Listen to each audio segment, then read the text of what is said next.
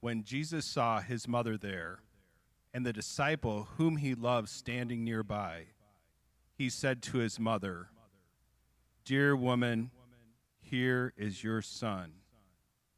And to the disciple, "Here is your mother."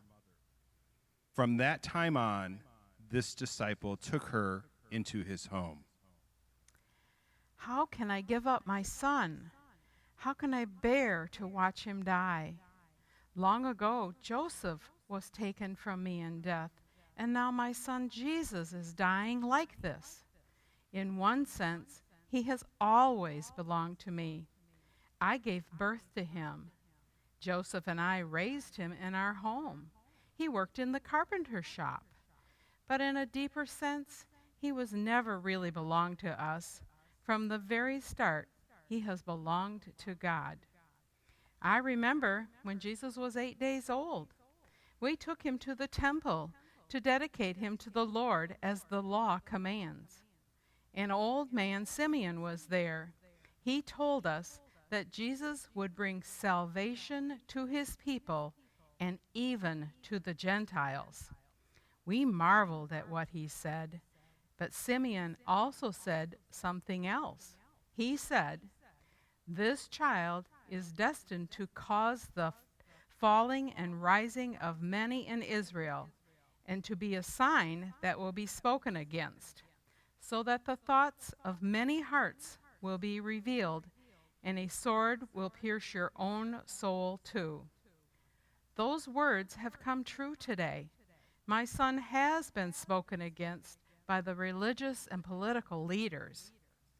These last hours have shown how much fear and hatred live in the hearts of those who claim to lead the people of God. Their hearts have been revealed, and a sword has pierced my soul today. The pain of seeing my son Jesus suffering and dying upon this cross. Mary, did you hear what he just said? He called us to be family to each other.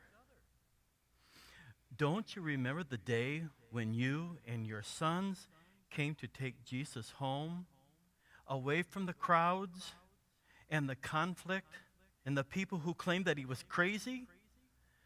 Do you remember the question he asked? "Who is my mother? And who are my brothers?" Then he pointed to his disciples and said, "Here are my mother and my brothers. For whoever does the will of my Father in heaven is my brothers and sister and mother." I was so sure what he meant by those words when he spoke them, but I believe I understand them now. There is a love which is stronger than the love of a human family, a love which is even stronger than the love of a mother has for a child or a son has for his mother. One day, when he was teaching us, he described the greatest kind of love. He said, "Greater love has no one than this, that he laid down his life for his friends." Mary, we are seeing the love today. He is laying down his life for us. And because he loves us so much, he wants us to love each other. Mary, he has called us to be family to each other.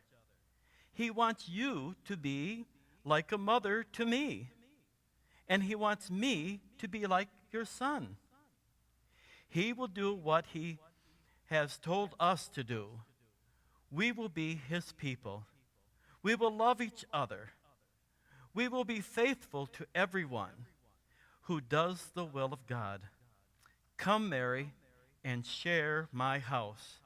My love has made us a family of God.